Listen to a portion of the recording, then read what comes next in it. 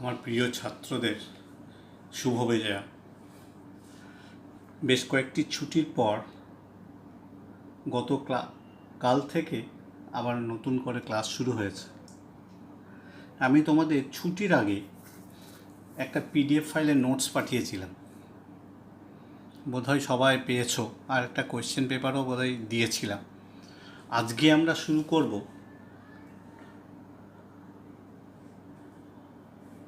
ভারতীয় দর্শন, অর্থাৎ একটা করে চ্যাপ্টার আমরা ওয়েস্টার্নের পড়াবো, পাশ্চাত্য দর্শনের, আর একটা করে চ্যাপ্টার আমরা ভারতীয় দর্শনের পড়ানো। বুঝতে পেরেছ? প্রথম আমরা শুরু করেছিলাম পাশ্চাত্য দর্শনের একটা চ্যাপ্টার, অলরেডি পড়িয়ে দিয়েছি। আজকে আমরা ভারতীয় দর্শনের একটা চ্যাপ্টার শুরু করব। ডিসপ্লেতে দেখো দেওয়া রয়েছে ভারতীয় দর্শন চ্যাপ্টার নাম্বার 1, নাম হচ্ছে দর্শন সম্পর্কীয় ধারণা। চ্যাপ্টারটার নাম হচ্ছে দর্শন সম্পর্কীয় ধারণা, কনসেপ্ট অফ ফিলসফি। কাদের মতে? ভারতীয় দার্শনিকদের মতে। ইন্ডিয়ান ফিলোসফারদের পয়েন্ট অফ ভিউ থেকে কনসেপ্ট অফ ফিলসফি অর্থাৎ দর্শন সম্পর্কে ধারণা। যদিও আমরা পাশ্চাত্য দর্শনে যখন দর্শন কথাটার কথা বলেছিলাম, সেখানেই আমরা ভারতীয় মতে দর্শনের সম্পর্কে যে ধারণা বা যে কনসেপ্ট আছে সেটা একটু ক্লিয়ার করে দিয়েছি। তবুও আজকে আবার নতুন করে যেহেতু এই চ্যাপ্টারটা আমরা পড়াবো, সেজন্য সেটি আরেকবার তোমাদেরকে পুনরায় আরেকবার বলে দেব। তাহলে কী বলা হয়েছিল? খুব সিম্পল কনসেপ্ট, খুব সহজভাবে বোঝার চেষ্টা করবে, মনে রাখার চেষ্টা করবে। পাশ্চাত্য দেশে মানে ওয়েস্টার্ন, যারা পাশ্চাত্য দার্শনিক আমরা যাদের বলি, ওয়েস্টার্ন ফিলোসফার, তারা ফিলোসফি শব্দটা ব্যবহার করে, যেটাকে দুটো পার্টে আমরা ভাগ করে দিয়েছিলাম এবং যার অর্থ করেছিলাম কি? জ্ঞানের প্রতি অনুরাগ, লাভ অফ উইজডম বা নলেজ, লাভ অফ নলেজ, তাই তো? ভারতীয় দার্শনিকরা কি বলেছিল? দর্শন। আর সেই দর্শন শব্দটি কোথা থেকে এসেছিল? দৃশ ধাতু থেকে। আর সেই দৃশ শব্দের মানে কি বলেছিলাম? ধাতুগত অর্থ কি বলেছিলাম না? দৃশ্যের বাংলা অর্থ হলো দেখা। সেই দৃশ ধাতুর সাথে উত্তর অনট প্রত্যয় যোগ করে দর্শন শব্দটার উৎপত্তি হয়েছে। ভালো করে শুনবে, আবার একবার বলছি। দৃশ ধাতুর সাথে অনট প্রত্যয়, দৃশ ধাতুর সাথে অনট প্রত্যয় যোগ করে আমরা কোন শব্দটা পাই? দর্শন। দৃশযুক্ত অনট দিয়ে দর্শন। আর এই দর্শন শব্দের অর্থ কি? দর্শন মানে চোখের দেখা না, এই দর্শন মানে হচ্ছে আত্মদর্শন, সাক্ষাৎ সত্যের উপলব্ধি। কি? সাক্ষাৎ সত্যের উপলব্ধি। অর্থাৎ খুব যদি সহজ ভাষায় আমি তোমাদের বলতে চাই, নিজের আত্মাকে বা মনকে উজাড় করে দিয়ে কোনো সত্যকে উদ্ঘাটন করা বা উপলব্ধি করা। নিজের আত্মাকে উজাড় করে, যে আত্ম উপলব্ধি বলছি, আত্মাকে মগ্ন করে, মনকে মগ্ন করে দিয়ে, উজাড় করে দিয়ে কোনো সত্যকে উপলব্ধি করা। তাহলে দর্শন ভারতীয় মতে কি? সাক্ষাৎ সত্যের উপলব্ধি। পাশ্চাত্যরা কি বলেছিল? জ্ঞানীর প্রতি অনুরাগ, লাভ অফ নলেজ। বক্তব্য দুটো দিকের, মানে পাশ্চাত্য বা ইন্ডিয়ান একটু দুরকম হলো, কিন্তু মূল বিষয়টাই কিন্তু তাই। কি? কোনো কিছু সম্পর্কে প্রকৃত স্বরূপ বা সত্যটাকে উদ্ঘাটন করাই হচ্ছে দর্শনের কাজ। বোঝা গেছে? দেখো এখানে কি বলা হয়েছে, আমি একটুখানি পড়ানোর আগেই এটা বলে দেওয়া উচিত ছিল যে এটা টোটাল নাম্বার কত। আমরা যেভাবে প্রিপারেশন নিই সেটা তো নাম্বার ভিত্তিক। তো সেই টোটাল নাম্বার হচ্ছে এখানে 5 ফুল মার্কস, এমসিকিউ 3 আর এসিকিউ 2। যদিও তোমাদের আমি প্রথম দিকে ক্লাসে বলেছিলাম যে যেভাবে আমাদের এখন পরিস্থিতি, সেই পরিস্থিতি অনুযায়ী সরকারি নির্দেশিকায় কিছু সিলেবাস থেকে কিছু বাদ দিয়ে দেওয়া হয়েছে, রিডিউস করা হয়েছে। সেই রিডিউস সিলেবাসে কিন্তু দর্শন সম্পর্কে ধারণাটা আমাদের কিন্তু পড়তে হবে না। কিন্তু এখন তো পরিস্থিতি হয়তো একটুখানি নর্মালের দিকে যাচ্ছে, সেই জন্য আর এই চ্যাপ্টারটাকে বাদ দিয়ে তো আর আমাদের হয় না। আমরা প্রিপারেশন নেব বা পরবর্তী সময়ে যখন প্রস্তুতি নেব, যদি বাদ দেওয়া থাকে তাহলে নেব না, কিন্তু এখন আমাদেরকে জানতে হবে। সেই জন্য আমি তোমাকে খুব সংক্ষেপে কিছু এর তত্ত্ব আছে, কিছু এর ডেফিনেশন আছে। মূলত দর্শন সম্পর্কে ধারণায় ভারতীয়রা কি বলছে, কোন কোন বিষয়গুলোকে এরা গুরুত্ব দিচ্ছে, হ্যাঁ, একটা দেখবে খুব ইম্পর্ট্যান্ট পার্ট এই চ্যাপ্টারের মধ্যে পাবে। সেটা হচ্ছে কি, প্রথম হচ্ছে দর্শন শব্দের একটা অর্থ, মিনিং অফ দ্য টার্ম দর্শন, অর্থাৎ ইন পয়েন্ট অফ ভিউ কাদের না, ইন্ডিয়ান ফিলোসফার। কাদের পয়েন্ট অফ ভিউ থেকে? ইন্ডিয়ান ফিলোসফারদের পয়েন্ট অফ ভিউ থেকে। আর একটা হচ্ছে যে ফিলোসফি আর দর্শনের মধ্যে মানে কোনো পার্থক্য আছে কি, তোমরা একটুখানি দেখলেই সেটা বুঝতে পারবে। আর দ্বিতীয় হচ্ছে কি, যে ভারতীয় দর্শন যে একটা হিউজ মানে বৃহৎ আর কি জায়গা জুড়ে আছে, সেইটাকে ভাগ করে যে এই সম্প্রদায় এই সম্প্রদায়ের মধ্যে পড়ে, অর্থাৎ ভারতীয় দর্শনের একটা একটা ভাগ, যেখানে তোমরা দেখবে আস্তিক ও নাস্তিকের কথা বেরিয়ে আসবে। এটা একটা ইম্পর্টেন্ট। আর সর্বোপরি এখানে এই চ্যাপ্টারের মধ্যে যেটা জানতে হবে, যে মৌলিক প্রত্যয় অর্থাৎ বেসিক কনসেপ্ট, এই যে ভারতীয় দার্শনিকদের এত যে ভাগ এবং এত যে মতভেদ, কিসের ওপরে সেই যে বেসিক কনসেপ্টগুলো কি, সেগুলোর সম্পর্কে এক একটা সম্প্রদায়ে এক এক রকম বক্তব্য। সেই বেসিক মৌলিক প্রত্যয়গুলি বা বেসিক কনসেপ্টগুলো কি, যেমন প্রমাণ, আমি এখন এরকম খুব সিম্পল বলছি, পরে এগুলোকে আরও ব্যাখ্যামূলকভাবে তোমাদের বলা হবে। হ্যাঁ, প্রমাণ, প্রমাতা, আত্মা, ঈশ্বর, কার্যকরণত্ব বা কার্যকারণ তত্ত্ব, দ্রব্যত্ব, এই যে বিষয়গুলো, এইগুলো সম্পর্কে ভারতীয় দার্শনিকেরা কি মত দিয়েছে বা তারা কি মনে করেন, এই হচ্ছে এই ভারতীয় দর্শনের প্রথম চ্যাপ্টার, অর্থাৎ দর্শন সম্পর্কীয় ধারণা। এই বিষয়গুলো আছে। কি আছে বললাম?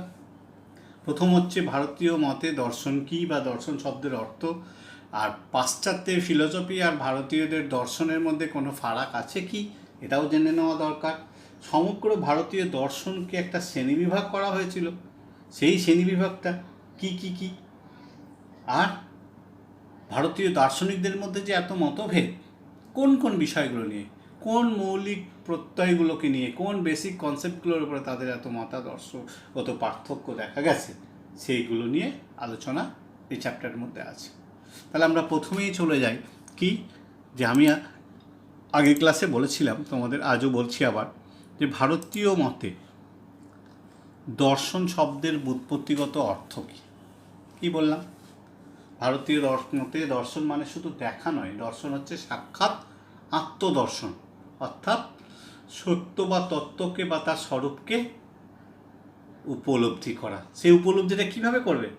নিজের আত্মাকে, মনকে উজাড় করে, নিজের আত্মা বা মনকে উজাড় করে দিয়ে দর্শন করতে হবে। এই প্রসঙ্গত আমি তোমাদের একটা উদাহরণ বলি, বারবারই বলে থাকি, যে দেখা আর দর্শনের মধ্যে ফারাকটা কোথায়? একটা সিম্পল ফারাক। দেখা মানে আমি একটা জিনিসকে দেখলাম, রাস্তায় যেতে যেতে একটা জিনিস দেখলাম, পেরিয়ে গেল পাশ দিয়ে, বা একটা বাড়ি দেখলাম, বেশ ভালো একটা বাড়ি, 2 তলা বাড়ি, 3 তলা বাড়ি দেখলাম, এটা হচ্ছে সিম্পল দেখা। আর দর্শন কি না, একটা অদ্ভুত জীব পাশ দিয়ে পেরিয়ে গেল, তার গাটা কীরকম লোমশ, লেজটা কত বড়, কি কালার, হ্যাঁ, মুখটা কেমন, কি ধরনের ছিল, বা যে বাড়িটা আমি দেখলাম 2 তলা বাড়ি বা 3 তলা বাড়িটা, কালার কি, গেটের মধ্যে কি সুন্দর কাজ করা আছে, ছাদের মধ্যে ফুলের টব আছে, এই ফুল আছে, অর্থাৎ খুঁটিয়ে দেখা, এবং যেটা আমার মনে রয়েছে, শুধু চাক্ষুষ দেখা নয়, নিজের মনকে উজাড় করে দিয়ে, নিজের আত্মাকে উজাড় করে দিয়ে দেখা, যে দেখাটার নামই হচ্ছে কি, দর্শন। তাহলে কী হলো? ভারতীয় মতে দর্শন কি পেয়ে গেলাম আমরা। পাশ্চাত্যরাও বলেছিল কি, ফিলসফি কি না, জ্ঞানের প্রতি অনুরাগ, লাভ অফ উইজডম বা লাভ অফ নলেজ, অর্থাৎ যখন আমার কোনো কিছু জ্ঞান হবে, সেই জ্ঞানের প্রতি আমি যদি অনুরক্ত হই বা অনুরাগী হয়, অর্থাৎ একেবারে সেটার প্রতি আমি একদম অনুরক্ত হয়ে সেই উপলব্ধিটা করলাম বা সেই জ্ঞানটা অর্জন করলাম, ঠিক আছে, এবারে দেখো পাশ্চাত্য আর ভারতীয়দের মতে ফারাক কোথায়, যে তারা ফিলোসফি শব্দের অর্থে আর ভারতীয়দের মতে দর্শন, এই দুটোর মধ্যে ফারাক কোথায় আমরা যদি একটুখানি ভাবি তাহলে দেখব কি দুটো দৃষ্টিভঙ্গির মধ্যে কিন্তু পার্থক্য রয়েছে। দুটো সম্প্রদায়ের যে দৃষ্টিভঙ্গি তাদের মধ্যে কিন্তু পার্থক্য রয়েছে। দুটো সম্প্রদায়ের যে দৃষ্টিভঙ্গি, অর্থাৎ পাশ্চাত্যদের একটা দৃষ্টিভঙ্গি, ভারতীয়দের একটা দৃষ্টিভঙ্গি, সেই দুটো দৃষ্টিভঙ্গির মধ্যে কিন্তু একটা পার্থক্য রয়েছে। আছে পার্থক্যটা কি? না, পাশ্চাত্য দর্শনে দেখবে কি বলছেন দার্শনিকেরা, যে যখন আমরা জ্ঞান অর্জন করি এবং সেই জ্ঞানটার প্রতি আমরা কি হই, অনুরক্ত হয়ে অর্জন করি, সেই জ্ঞানটা আমরা অনুরক্ত হয়ে অর্জন করি। অর্থাৎ কোনো একটা ফুলের সম্বন্ধে আমার জ্ঞান হলো, ঠিক আছে, তার প্রতি আমি অনুরাগী হয়ে তার প্রতি একটা ভালোবাসা, গভীর ভালোবাসা থেকে আমার সেটার সম্বন্ধে জ্ঞান হলো। কিন্তু দর্শনের ক্ষেত্রে সেই দর্শনটা কি না, সাক্ষাৎ সত্যের উপলব্ধি করা, অর্থাৎ সেই জিনিসটা আমি যেটা দেখছি সেটা প্রকৃত কি, তার প্রকৃত রূপটা কি, তার প্রকৃত স্বরূপটা কি, তাকে একটু দেখা, তাকে একেবারে নিজের আত্মা মনকে মানে কি বলবো লিন করে দিয়ে বলতে পারো, উজাড় করে দিয়ে বলতে পারো যে দেখা। দুটো সম্প্রদায়ের একটা দৃষ্টিভঙ্গিগত ফারাক রয়েছে, তাদের দৃষ্টিভঙ্গিগত একটা ফারাক রয়েছে। কিন্তু যদি আমরা অন্যদিকে দেখি যে না, তারা কিন্তু ধরনটা একই। আমি যখন সত্যের স্বরূপ উপলব্ধি করছি তখনও আমার এক ধরনের জ্ঞান হচ্ছে, আর যখন আমি জ্ঞানের প্রতি অনুরাগী হয়েও যখন আমি জ্ঞান অর্জন করছি তখনও তো আমার জ্ঞান অর্জন হচ্ছে। শুধু ফারাকটা দৃষ্টিভঙ্গিগত, আর কিছু নেই। এরপরে দেখো আমি কি বললাম, যে সমগ্র ভারতীয় দর্শনটাকে ভেঙে দেওয়া হয়েছে, ভাগ করা হয়েছে। কী ভাগ করা হয়েছে আমি কিন্তু খুব সিম্পল ওয়েতে বলে যাচ্ছি, এবং যেগুলো আমাদেরকে জানতে হবে সেগুলোই বলছি। বইয়ে দেখবে প্রচুর লেখা আছে, সেইগুলো পড়ে সেইগুলো মানে অত পড়াটাও আমার প্রয়োজন নেই, কিন্তু একবার তোমরা দেখে রাখতে পারো। আমি মূল বিষয়গুলো বলছি। সেই সমগ্র ভারতীয় দর্শনকে কি করলেন, দুটো ভাগে ভাগ করলেন। একটি হচ্ছে আস্তিক, অপরটি হচ্ছে নাস্তিক দর্শন সম্প্রদায়। এখন তোমাদেরকে যদি প্রশ্ন করি আস্তিক কি, তোমরা হয়তো লাফিয়ে বলে ফেলবে অনেকেই যে হ্যাঁ স্যার, আস্তিক মানে যে ঈশ্বরকে মানে। আচ্ছা, নাস্তিক আমরা তাদেরকেই বলি যারা ঈশ্বর মানে না। নাস্তিক কাদের বলি? যারা ঈশ্বর মানে না। কিন্তু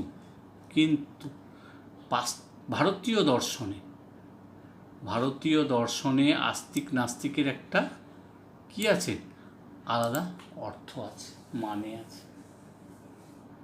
মানে আস্তিকের একটা আলাদা মানে আছে। কি বলা হয় না, আস্তিক হচ্ছে কি, যারা বেদের প্রামাণ্যে বিশ্বাস করে বা বেদকে অভ্রান্ত বলে মনে করে, তাদেরই আমরা কি বলি, আস্তিক দর্শন বা বেদপন্থী দর্শন। কি বললাম, কেবলই আমি ঈশ্বরকে মানি বলেই আমি আস্তিক তা নয়। ভারতীয় দর্শনে একটা আলাদা দৃষ্টিভঙ্গি আছে, দার্শনিক দৃষ্টিভঙ্গি আছে। কি বলছে, যে সম্প্রদায় বেদ দর্শন সম্প্রদায় কি করে, বেদের প্রামাণ্যে বিশ্বাস করে। আমরা তো জানি আমাদের বেদ কতখানি জুড়ে রয়েছে আমাদের জীবনের সাথে।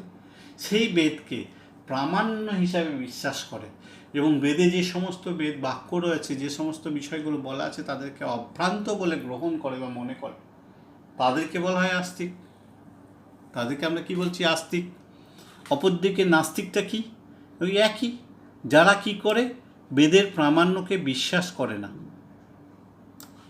যারা বেদের প্রামাণ্যে বিশ্বাস করে না, বেদকে অভ্রান্ত বলে মনে করে না। মানে বেদের মধ্যে যে সমস্ত বিষয়গুলো বলে দেওয়া আছে সেগুলোকে তারা অভ্রান্ত বলে মনে করে না, অর্থাৎ তার মধ্যে যে ভুল ত্রুটি আছে সেগুলো কোথাও ভ্রান্ত কখনো ঠিক, এরকম ব্যাপারটা, তারা সেগুলোকে অভ্রান্ত বলে মনে করে না, অর্থাৎ বেদের বক্তব্যের বিরোধিতা করে।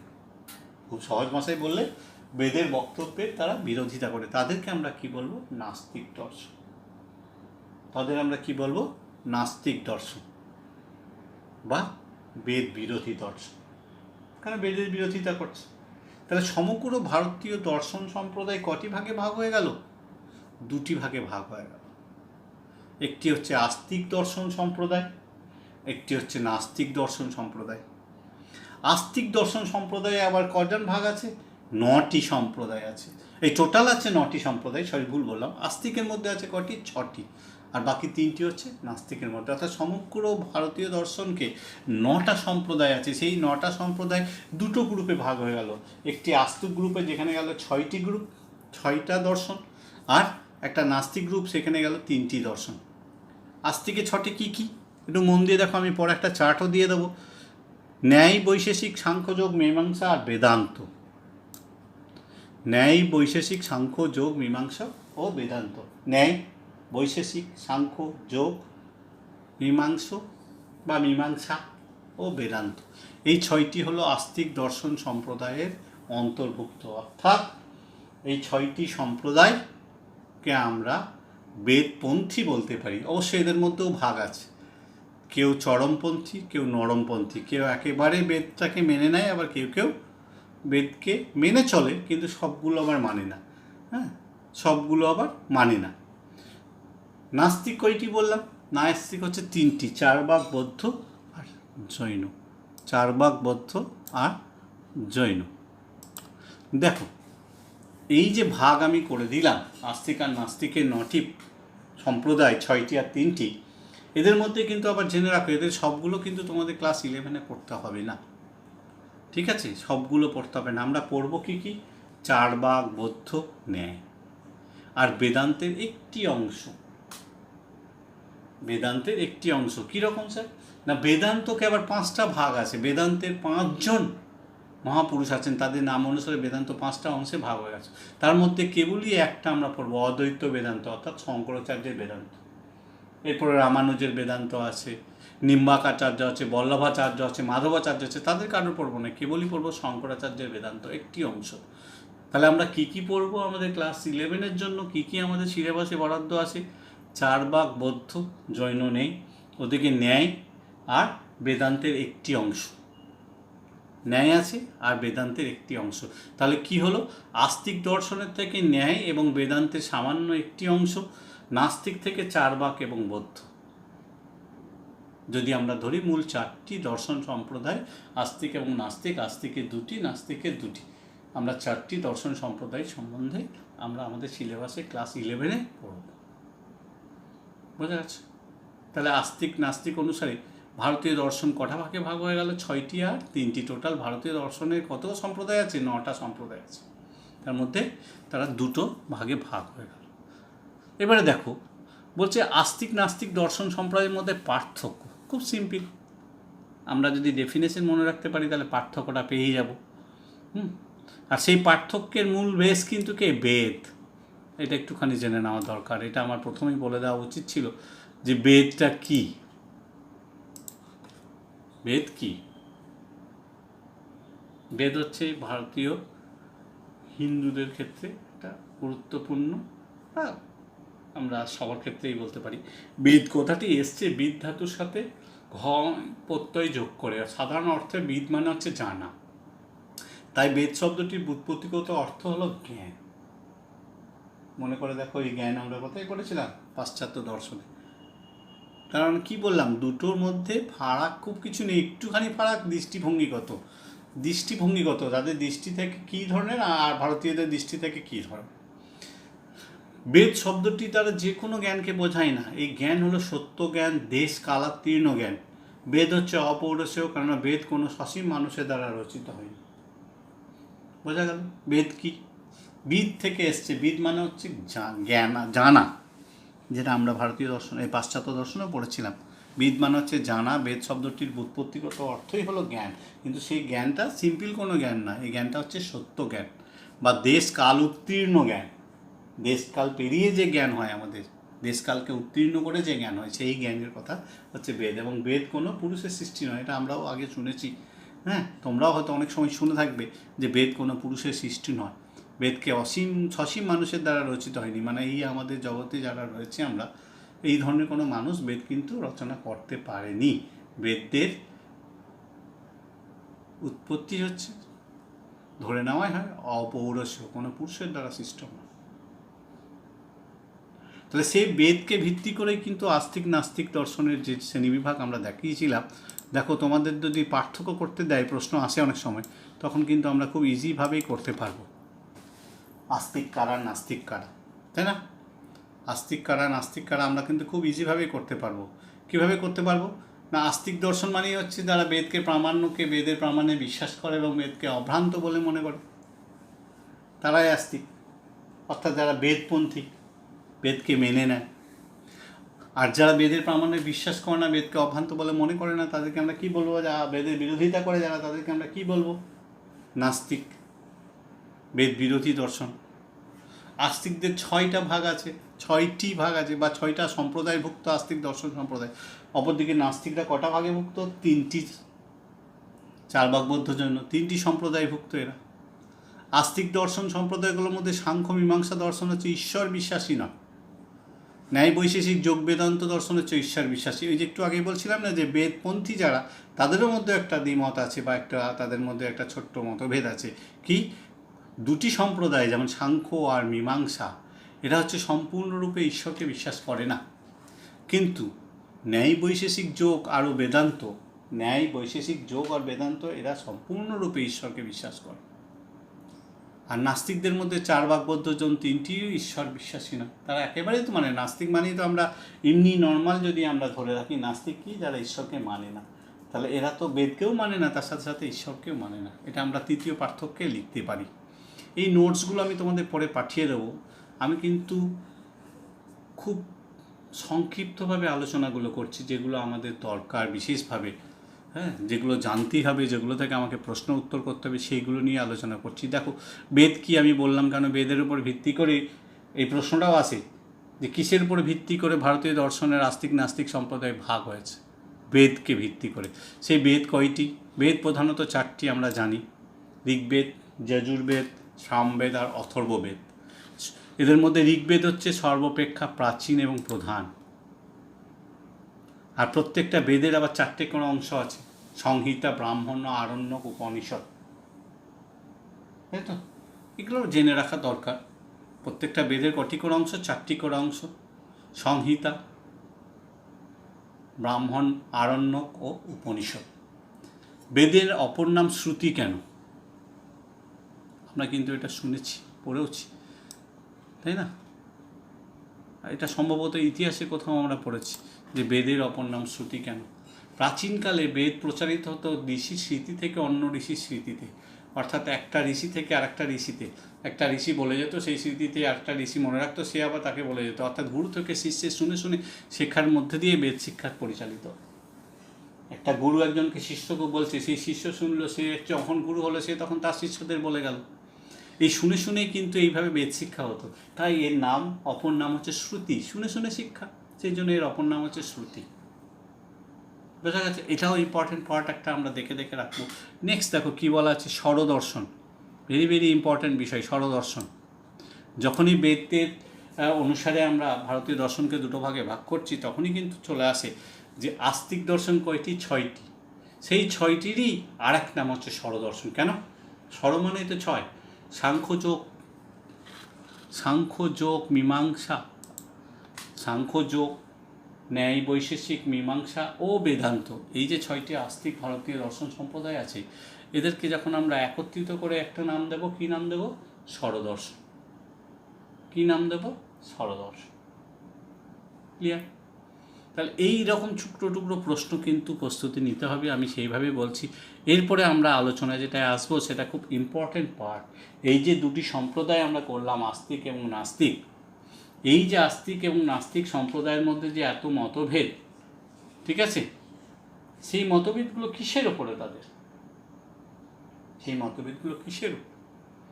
সেগুলো হচ্ছে ভারতীয় দর্শনের যে বেসিক কনসেপ্ট আছে, মৌলিক প্রত্যয় আছে, সেগুলোর উপরেই তাদের এই এত মতভেদ।